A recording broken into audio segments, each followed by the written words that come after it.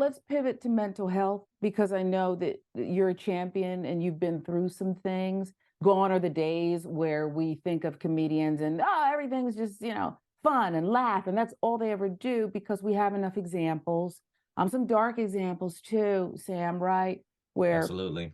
some of the best known comedians have acknowledged, or after they've left us, we've realized that they've struggled.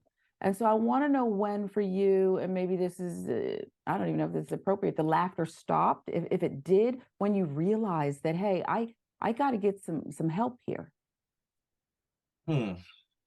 I realized it way too late is the honest answer to that. I waited until it broke me all the way. And I think I'm still in the process of putting myself back together from it. I did 20 years in the military.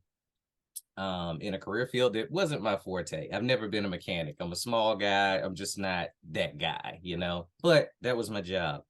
And I got out once I retired and started doing a civilian job that's more or less in the same vein, but still a lot of that same stress. Mm-hmm. One day I got up to work. This was April 11th last year. And I looked, you ever cut your car on and you're like, oh, I need gas. Your light goes off immediately. I saw that. I looked, it was 30 degrees. It's going to be cold at the gas station. It's 4 a.m. And I got halfway to work. I had 40 miles to go or left in my tank on my way to work. And it went down to about 23. It trickles down. Ooh. Right then, I blinked and I was still in front of my house. I hadn't even turned my car on yet. I hadn't seen that my gas tank was empty. I was just sitting in my car sweating. What that is your brain pretends you're somewhere else so that you don't hurt yourself when you get there. And I ended up in panic mode at that point. So I went into work and I did what I had to do first thing in the morning, because I worked on the flight line. Like, it just had to be done. And as soon as I got done, I remember telling my partner, I don't feel right. Something's not, I think I'm gonna go. And he was like, you just gonna go? I was like, I don't know. I'm gonna go to my doctor. I don't know. But the military part of me still was like, I have to report to somebody. So I went to my boss and he was on the phone. And we're civilians. I'm not in the uniform. This is DOD government work, And he was on the phone and I was like, I need to go right now to my doctor. And he's like, all right, give me a second. And normally I'd have waited. I ran out of there. I went to my doctor's office off base, and they ran some tests and asked me if I was, they do the depression thing. That is something I never thought I'd be. I've always prided myself on I can handle it type of person. And honestly, that's just a Black man thing, if I'm being honest with myself. We got this, And he was like, yeah, you definitely had an episode. And he gave me a therapist number out of his pocket, not one that was in network. He was like, I've seen you a few times and I've never seen you like this. Wow.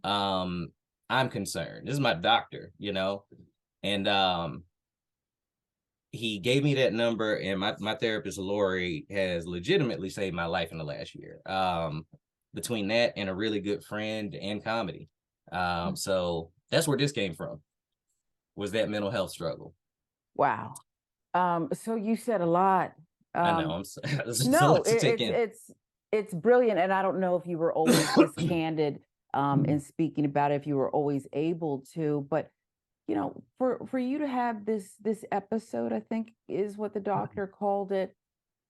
Is it PTSD? Because we always want to diagnose somebody as a layperson and say, 20 years in the military. What caused this? Or is that the wrong question? No, it's the right question. Matter of fact, I can circle back to something you asked as far as when did you realize it? And I said I realized it too late. Yeah. There was about a 3-year span. No, I'll say about 2, where I was working out at the base and I didn't write a joke. I'm a gamer. I'm a nerd. I love my Marvel and DC stuff. I stopped playing video games. I stopped doing things I enjoy, long story short. And that's one of those things that you don't realize you do when you're sad, because you know, in your brain you're thinking, well, I'm going to do things I like, it'll cheer me up, but I literally stopped doing all those things, and just resorted myself to work, even though comedy was what made me happy. After I had that break, I still haven't been back to that place, like, at all. They haven't paid me since. They came out with, well, it sounds like it started in front of his house, so we're not liable. I'm still fighting that battle with these military services.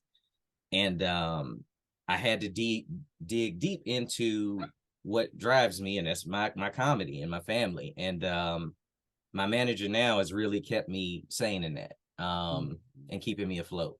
So it's very interesting. You said that your therapist saved your life. Is comedy part of the therapy too? I know you said your family's the support system, but does comedy keep you afloat mentally and in tune mentally? Absolutely. Absolutely. Nothing makes me happier than knowing, like, I can post something and there's somebody across the country that just smiled for a little bit, maybe got a chuckle, you know, like, because that's the human experience to me. And that's what we need. Is anything off limits though? Black men, mental health, it's not something you guys tend to talk about, not to stereotype, but I think it's real.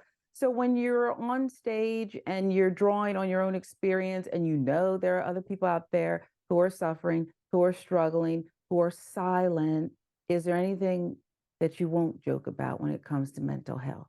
No, Hmm. absolutely not. I know that comedy is very cathartic for all of us. You know, I can't take one subject and call it taboo and then pick on somebody else. I just, for me, I used to have a whole bit called Skinny People Problems, and it was about myself and me growing up. And to me, it was important to do that, to let people know I'm the same as you. You know, so even if it's a mental health struggle, we gonna talk about it, we gonna laugh about it, because some of it can, you know, bring a chuckle out of you, you know. And we laugh about it. I have my friends that we talk about with the things we go through, and it's like, I was out of my mind that day. You know, you got to find a bright spot in it. Is there something about because I know it's like it's a brotherhood, sisterhood, like there's this network with comedians, whether they're like, household name or, unknown just starting out, but there's this network that brings you together. But I want to go back to the fact that it seems, and it probably just seems this way, that so many comedians are struggling in a dark place. Does comedy bring these kinds of people with these struggles together? Is that a bond and a link there?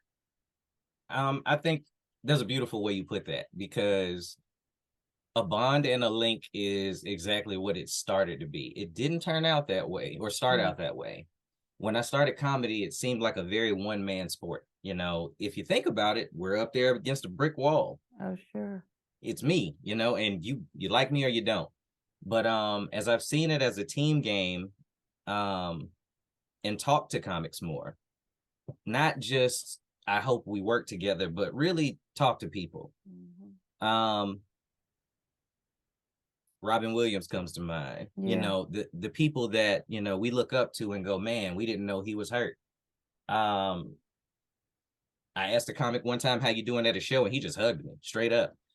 It drives in a certain type of person that needs something, but I think the people that make it in the business are the ones that learn to separate it and get the Mm. help they need inside of it, but not use comedy as therapy. Just so curious about it because it does seem like nobody can do what you guys do. Okay. There's only a few people who can do this.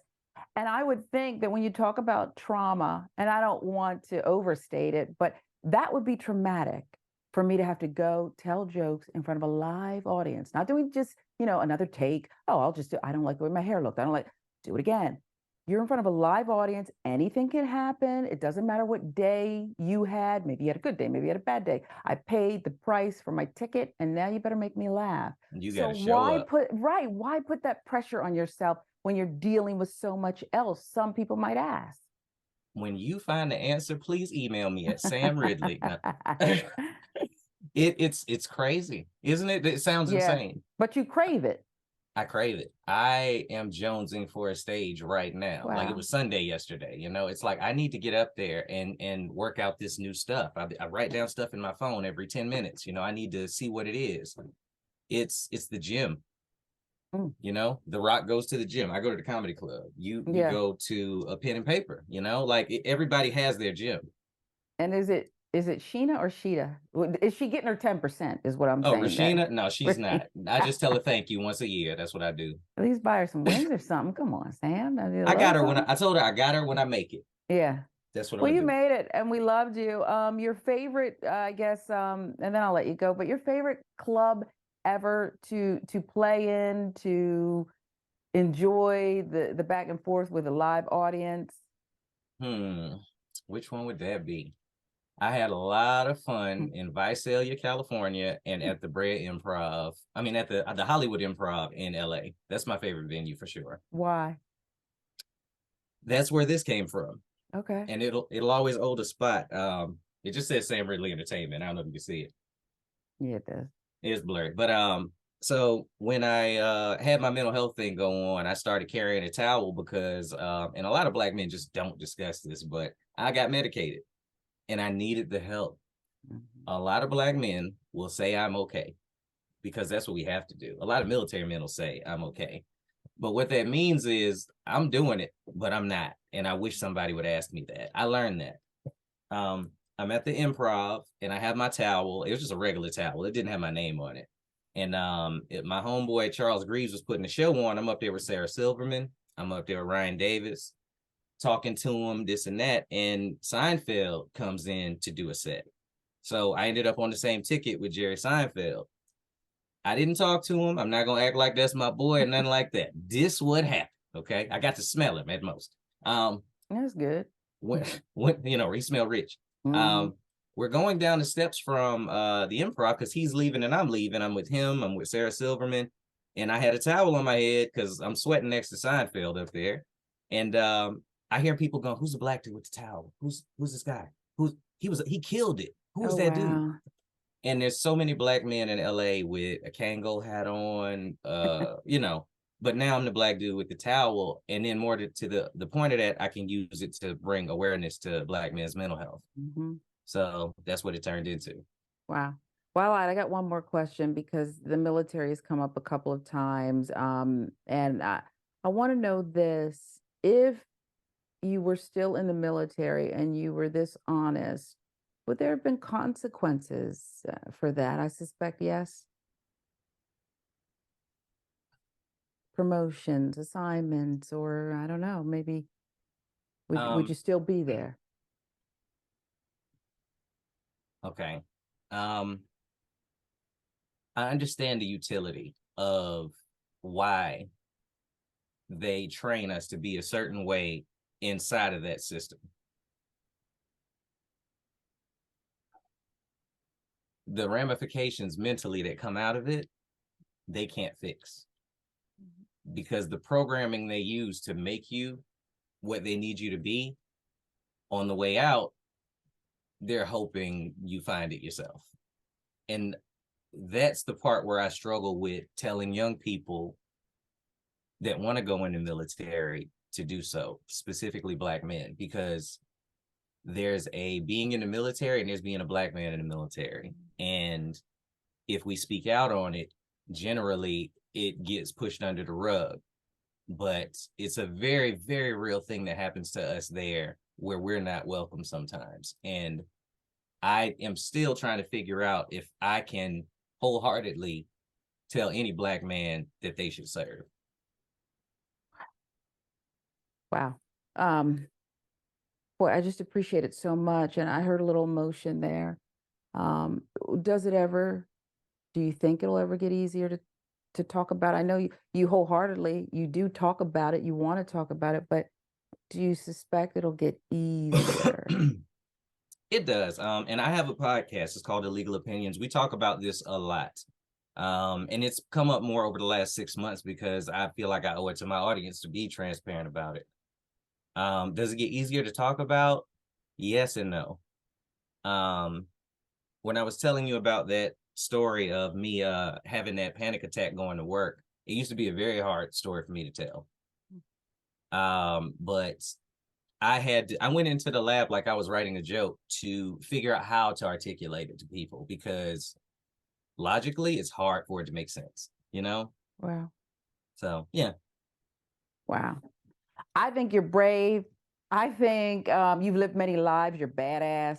And I think you're hella funny. Okay. Which, for your purposes, and sky's the limit where you're going. I suspect that other people, if they don't know the name, they're going to find out. They gonna know. Real. They gonna They're find going to out. know. And where can we get the shirt, Sam? Because I got to get me, I was telling you offline, a baker's dozen, because I like to wear that for a few people. Well, everybody, I'm at Sam Ridley Comedy on everything: Instagram, Facebook, TikTok. Like, that's where you find me. The shirts, the store is actually being built as we speak. Me and you talked about that offline earlier. But if you just message me when I get them in stock, I'll make sure you get one, and we'll work it out and get it to you. So yeah, all right. that's where Well, I'm we at. love you. We love you, and we wish you the best. And I hope we get to chat again, because We will. you're doing great work. You're making us laugh, and you're making us think at the same time with your podcast and everything else you're doing. Thank you, Sam. Appreciate you so much. Thank you for your time. You got it.